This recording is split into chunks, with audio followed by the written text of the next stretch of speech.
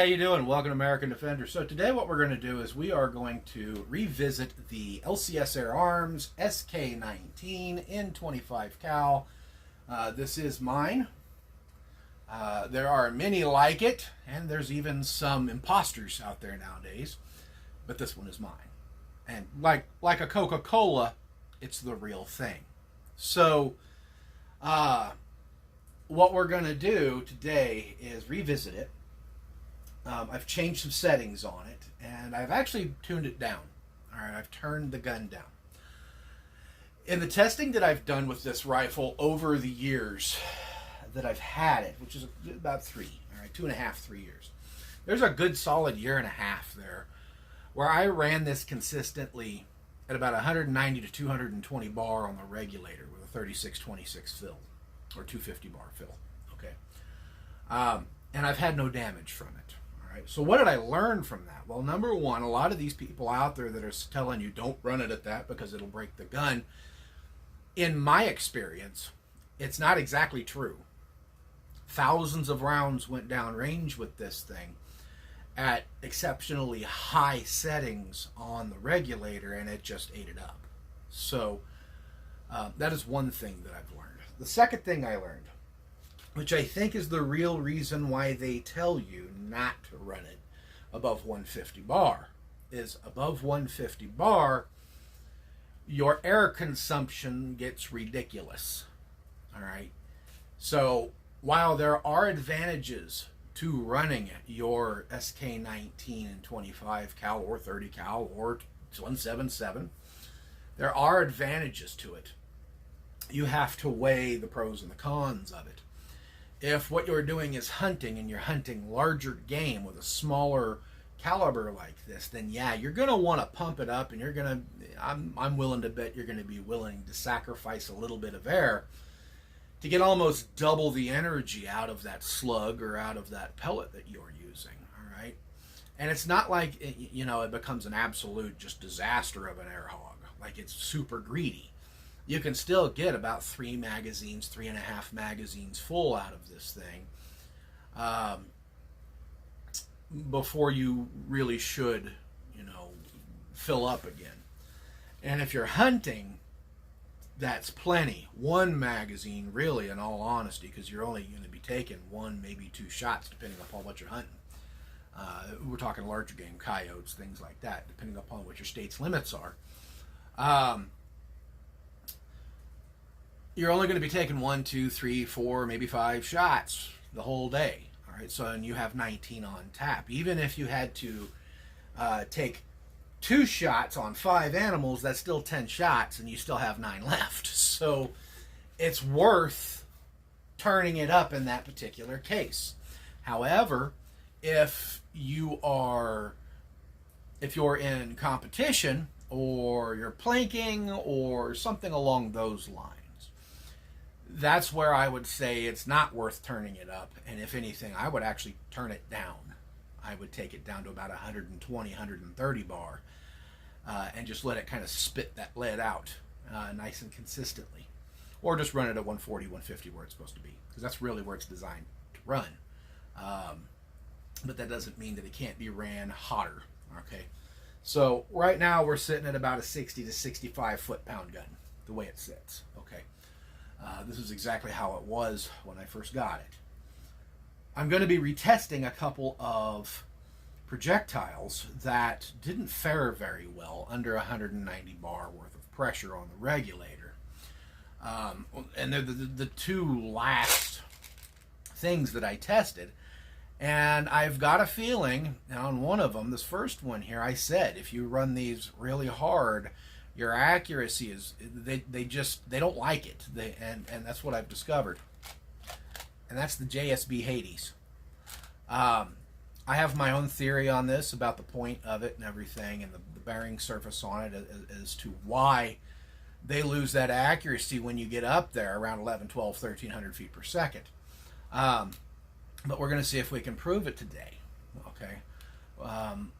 So we're going to run these. The other thing I'm going to do is I'm going to run a few of these Griffin 40 grain hollow point, hollow tail slugs. And we're going to shoot them down at around 10 yards, 11 meters, something like that, or my usual range. And we're just going to shoot 5 or 6 of each onto I've got some little I think they're 3-inch or 2.5-inch targets down there. They're these little Birchwood Casey guys right here. I got 2 of these down there. And also take in mind that we're also using a red dot. I'm not using a traditional scope, so at this distance,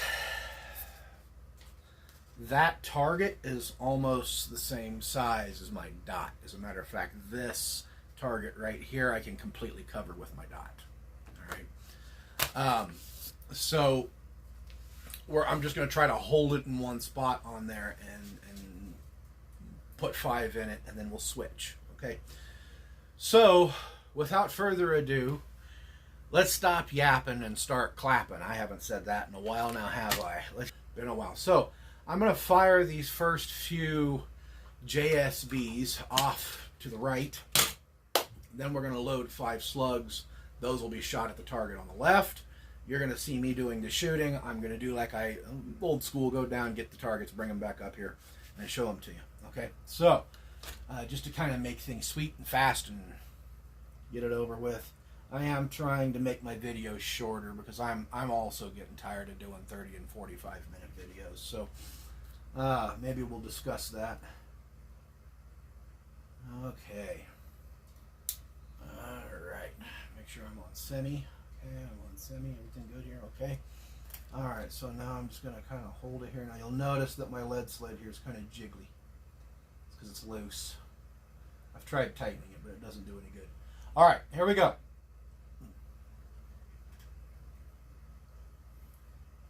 What's going on here? Oh, I put it on safe up here. Oops. Okay. Let's try this again.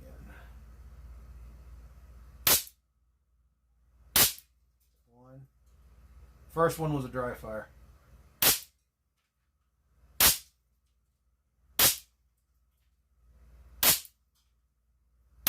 Okay. All right. So there's those 5. Okay. We'll go down and get those here in a second. I'll mark them too when I get them so I don't.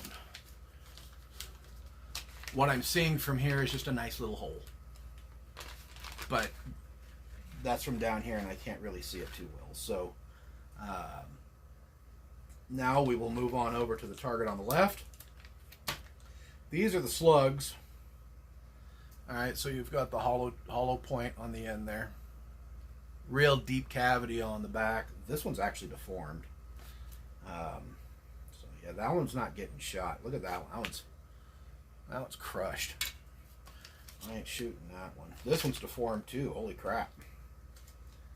Look at that one. It's crushed as well. I ain't shooting that one either. Are there any others up here? Okay. One of them here's, yeah, a little bit, but on the skirt, but air pressure will open that right back up. Grab a couple more that haven't been. There we go. Okay. So let's load these 5. And then we'll go down there. We'll shoot them. We'll go down there. I'll get the targets. I'll come back. I'll talk about it. And then I might, if we have time, I want to shoot one of these slugs and one of the pellets into a target.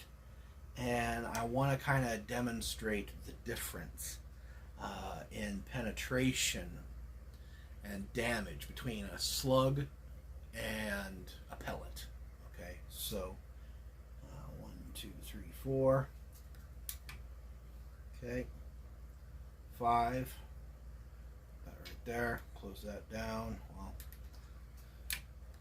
3, 4, 5. See, there you go. All right. So, like the last one, the first one will probably be a dry fire. You'll know because you'll see the gun come back if it's a dry fire. Or, excuse me, if it's not a dry fire. Gotta watch my talking here. Alright, here we go. Yeah, that was a dry fire. That wasn't.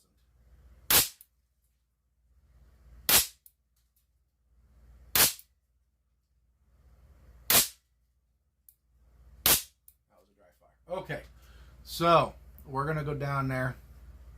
I am just pelting the living crap out of those paving stones I'm using as a backstop. It's time for me to buy new ones, actually. But let me go down there and pick up those targets and come back up here. And we'll see what the difference is. We'll see if they got any more accurate. We'll see how it does, slugs, pellets, all that. And then we'll go from there. And I think we're going to have, I think we're going to have time for a specialty target. Let's see if I can get in here to get to it. This is my tub of targets down here. See if I can find one of them. Yes. What do you guys say? We attack something meat-based. So I'll set those up down there as well. And got two of them. And yeah, that's what we'll be doing today. Gotta have some kind of something entertaining. Maybe I'll put the camera down there for the lunch meat too. So let's go down there and get those targets. Hang 10. Okay, so how did we do with the Hades? A lot better. A lot better. We did a lot better. Okay, so there's our 5 shots on the Hades. Let's get me a penny here. And again, mind you, this is with a red dot, but even with the red dot, I can cover it with a penny. Okay, maybe we should do it this way so you can see it. It's all penny all the time. Okay, I'm not trying to cover anything up with my fingers. So we were able to get a 1/2 inch group, maybe even less. I don't have my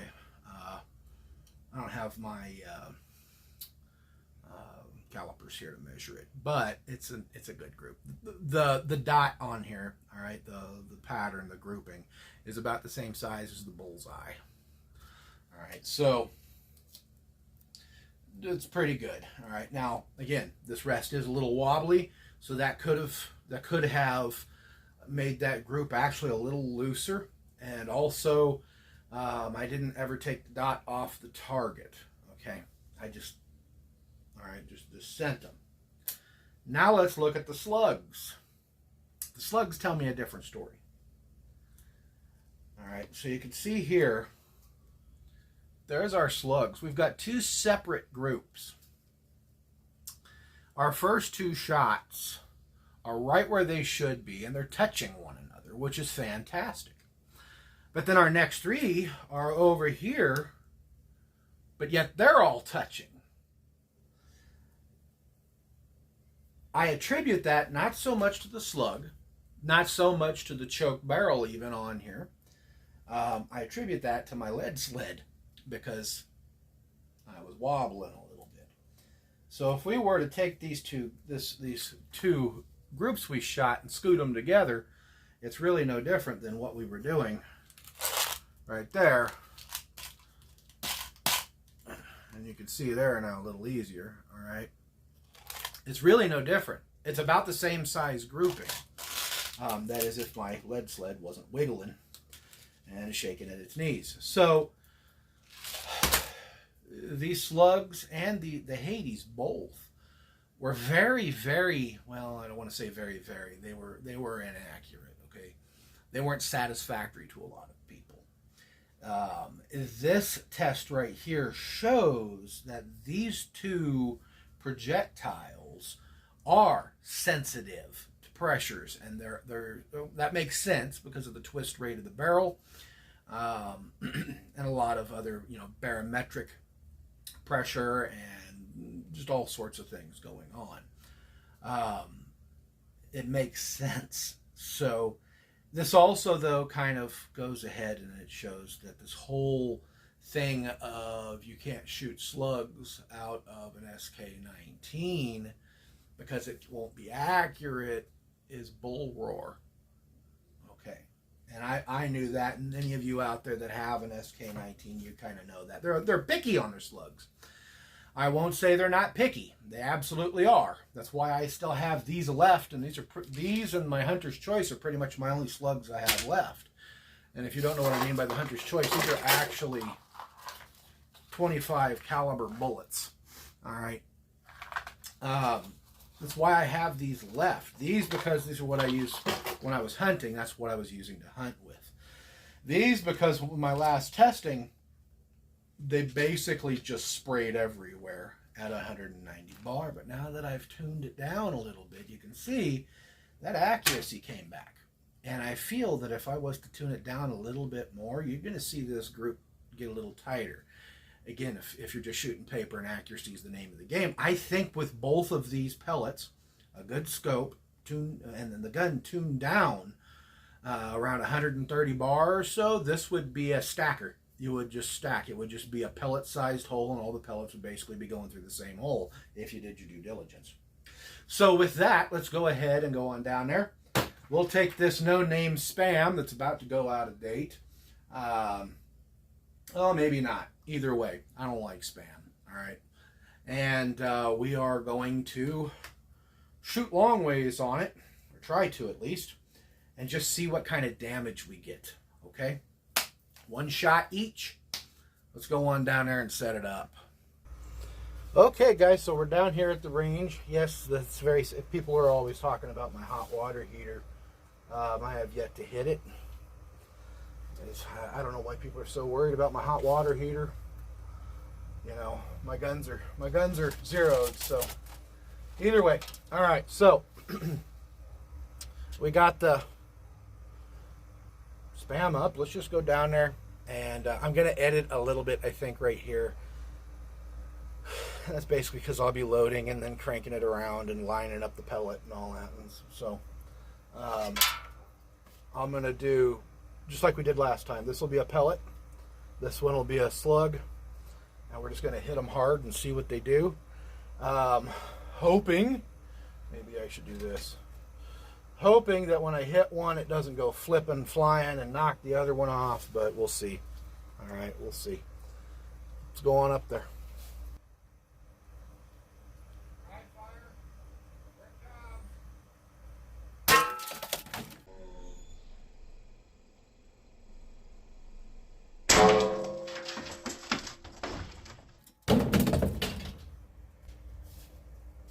All right, it did exactly what I know. Yeah, okay, you. It did exactly what I didn't want it to do, but at least the other target's still there. So the first one was a dry fire, and then I hit it again, but look at that. It just split the side and went in one side and out the other. I don't know which side's which. I think that's exit right there. Yeah. So there's our entrance. We hit it kind of going at an upward angle. We busted the top on it. And look on the side of the other target. It had enough oomph to leave some meat. Welcome to American Defender Channel. We've got the meats. Okay, so let's go ahead and kind of interested to see what a slug's going to do now. I'm going to go load a slug and then we'll do it.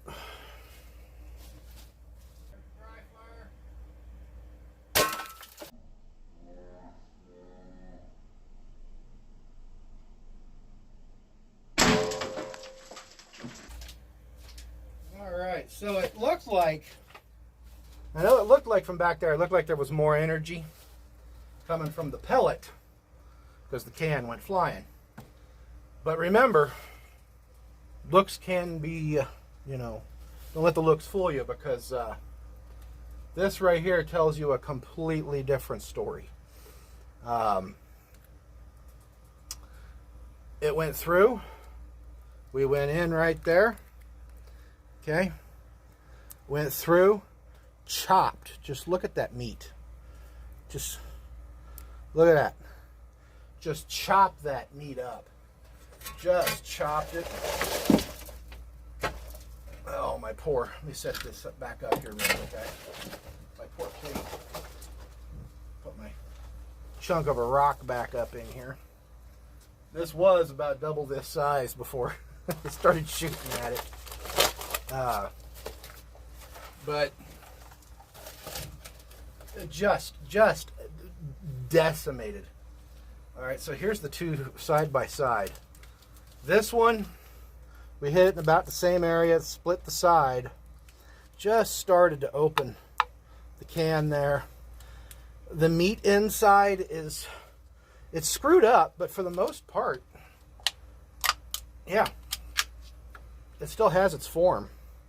My dogs are going to love me on this one, I think. I might just throw this away. So let's go ahead and look at the meat. All right, so there's your wound channel. All right, from that Hades. Gosh, that stuff's nasty looking. This doesn't smell too good either, but not bad. I mean, that's pretty devastating. All right. But this is a whole new ball game right here.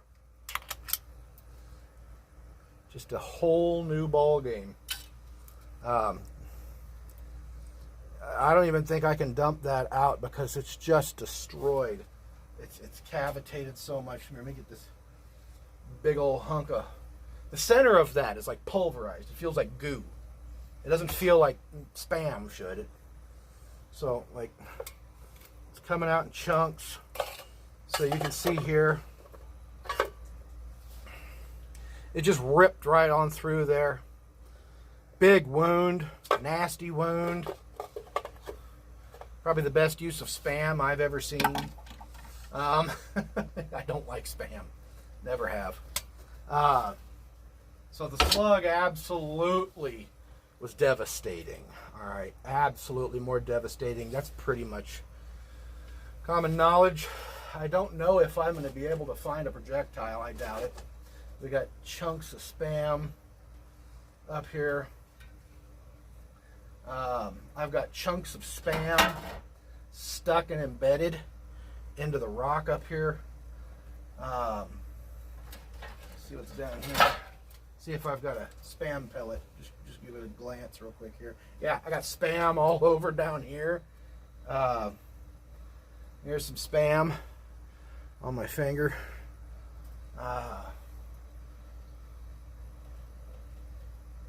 Just amazing. Oh, look at this. Here's a big old chunk of Spam right here.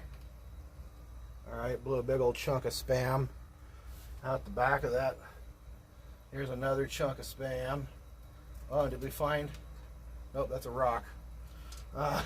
It literally, that slug carried that meat with it. It just was so destructive. Just decimated that Spam can. And so now there's some Spam right here too.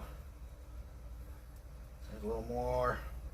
It's everywhere, guys. It's absolutely everywhere. So, you know, it wouldn't be an American Defender video if we didn't destroy something, have some kind of explosion or something or other. So I really miss doing some of this experimental stuff. But there you go. There you go. There are your differences between slug and something like a JSB Hades. Both very effective at their job. Okay. Looks like we got some rain coming in. Both very effective at their job.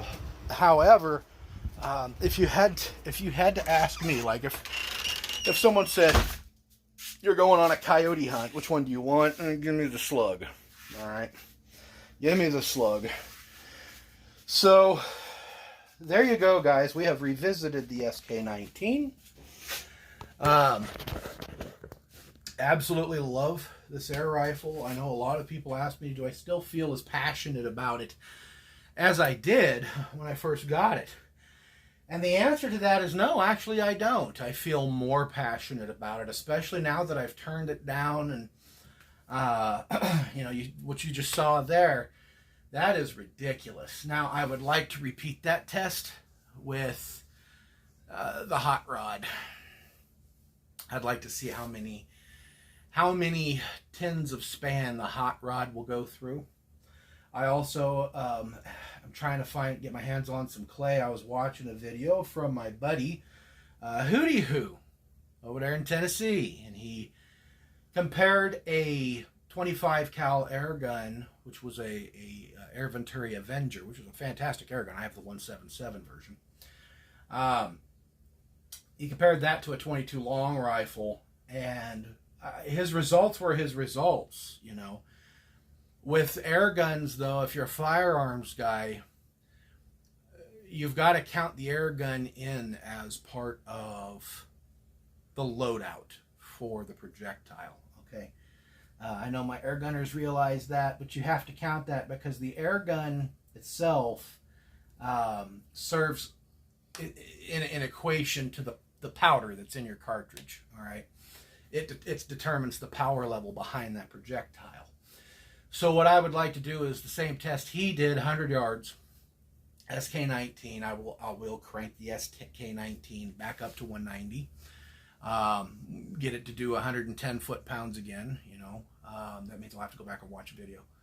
But you know, that puts this at 22 long rifle standard capacity velocities, and take them out and see what we get with the sk19 as opposed to an Air Venturi Avenger, because the sk19 is far more powerful.